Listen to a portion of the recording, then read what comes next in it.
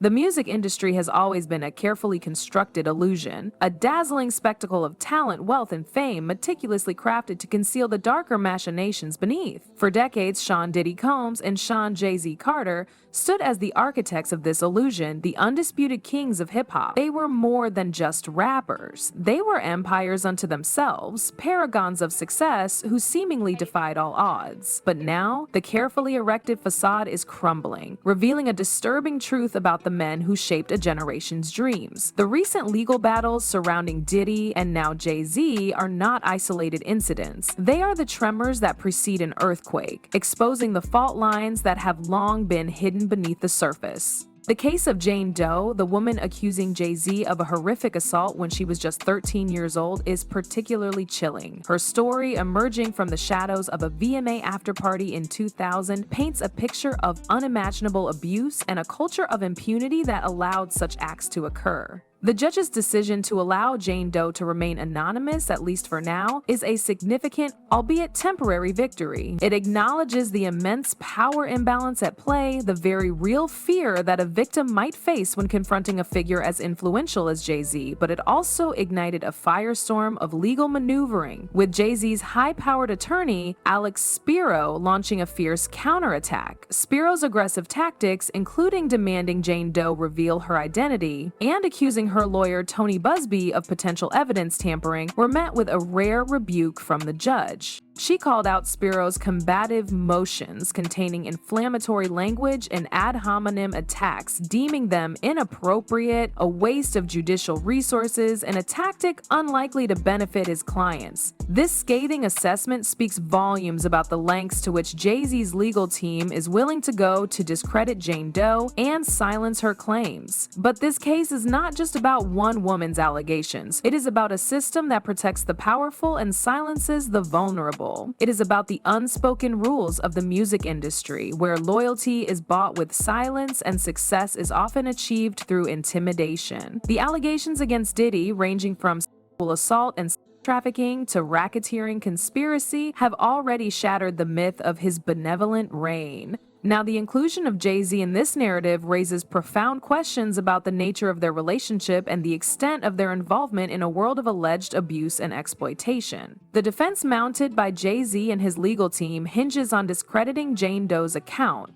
They point to inconsistencies in her story, claiming that her timeline doesn't add up and that key details are demonstrably false. They highlight the fact that her own father seemingly contradicts her version of events and that she allegedly misidentified individuals present at the party. But these discrepancies, even if proven true, do not negate the possibility that a crime occurred. They simply raise questions about the accuracy of her memory and the reliability of her testimony. The bigger issue is whether Jay-Z and Diddy used their power and influence to silence victims and protect their reputations. Did they create a culture of fear and intimidation that discouraged people from coming forward? Did they actively cover up acts of violence and abuse? These are the questions that must be answered, regardless of the outcome of Jane Doe's lawsuit. Criminal defense attorney Adam Kay's analysis cuts through the legal jargon, revealing the judge's rebuke as a pointed message. It's not just about this case, it's about controlling the narrative, a game Spiro has played with calculated precision. From defending Mayor Adams to now Jay-Z, the judge's warning shot signals a refusal to let the defense dictate the terms of engagement, a challenge to their aggressive style of preemptive public relations. But the whispers emanating from the industry's underbelly paint a far more troubling picture. The long-standing connection between Diddy and Jay-Z, often presented as a brotherhood forged in the crucible of hip-hop, is now viewed through a sinister lens. Were they partners in more than just music? Did they share a code of silence, protecting each other from scrutiny, enabling a culture of abuse? The allegations of manipulation, wild parties,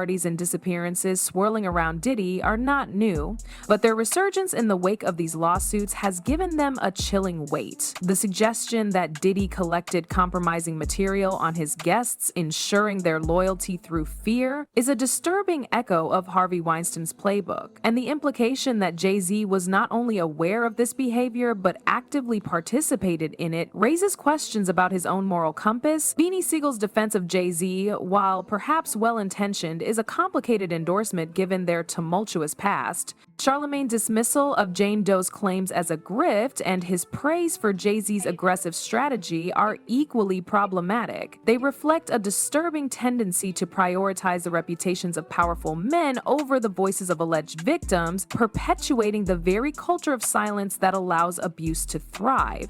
Meek Mill's cryptic online post adds another layer of intrigue to this unfolding drama. His reported connection to Diddy, fueled by speculation that he was the unidentified Philadelphia rapper mentioned in one of the lawsuits, has already placed him under a cloud of suspicion. His seemingly supportive message for Jay-Z, while vague, suggests a complex web of allegiances and hidden connections within the industry. The growing sense that Jay-Z is quietly distancing himself from Diddy, reviewing old business records, embracing for impact is a telling sign. It suggests that he recognizes the potential for collateral damage, the possibility that Diddy's downfall could drag him down as well. The rumored existence of tapes recorded at Diddy's private gatherings, potentially containing compromising moments involving some of the industry's most powerful figures, is a Damocles sword hanging over them all.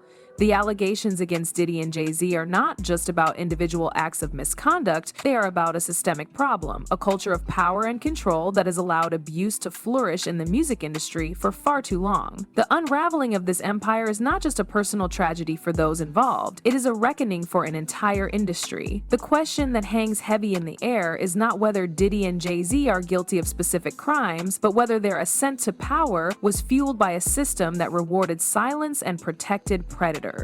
Did they knowingly benefit from a culture of abuse, turning a blind eye to the suffering of others in exchange for personal gain? The answer, regardless of legal outcomes, seems increasingly clear. The music industry, for all its glitz and glamour, has long been a breeding ground for exploitation. The power imbalances are staggering, with young artists often at the mercy of powerful executives who control their careers. The pressure to conform, to maintain a certain image, to protect the brand can be immense, leading many to remain silent about abuse and misconduct. Diddy and Jay-Z, as architects of this system, bear a significant responsibility. They set the tone. They established the rules. They defined what it meant to be successful in the music industry. And if their success was built on a foundation of fear and intimidation, then they must be held accountable. The lawsuits against Diddy are a dam-breaking, unleashing a torrent of accusations that have been simmering beneath the surface for years. The allegations of assaults, trafficking, and racketeering are horrifying, painting a picture of a man who used his power to exploit and abuse others with impunity. The inclusion of Jay-Z in this narrative is a game changer. It raises the stakes, it challenges the narrative of his unblemished success, it forces us to confront the possibility that he was complicit in Diddy's alleged misconduct. The Jane Doe lawsuit is just the beginning. As more witnesses come forward, as more evidence emerges, the full extent of their alleged involvement in a world of abuse and exploitation may finally be revealed. The reactions from within the industry have been telling. The silence from many prominent figures speaks volumes, suggesting a fear of retribution or a reluctance to challenge the established power structure. The defenses of Jay-Z, often couched in terms of loyalty and friendship, ring hollow in the face of such serious allegations. The legal battles will undoubtedly be long and arduous, with both sides deploying armies of lawyers and public relations experts. The truth may be obscured by legal maneuvering and conflicting testimony, but the court of public opinion has already begun to weigh in, and the verdict is not looking good for Diddy and Jay-Z. The unraveling of their empire is a cautionary tale, a reminder that power and wealth do not insulate anyone from accountability. The music industry and the world at large is changing. The days of silencing victims and protecting predators are coming to an end.